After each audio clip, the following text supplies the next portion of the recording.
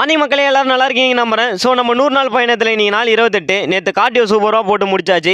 So இன்றைக்கி plans plus நம்ம routine work outs போட போகிறோம். ஸோ வீடியோக்குள்ளே போகிறதுக்கு முன்னாடி நம்ம சேனலை மறக்காமல் சப்ஸ்கிரைப் பண்ணிவிடுங்க மக்களே. ஸோ ஃபஸ்ட்டாக புல்லப்பு பதில் மசில் அப் தான் இப்போ டெய்லி ட்ரை பண்ணிட்டு இருக்கோம். முன்னை விட கொஞ்சம் நல்லாவே ப்ரோக்ரஸ் ஆயிருக்கு.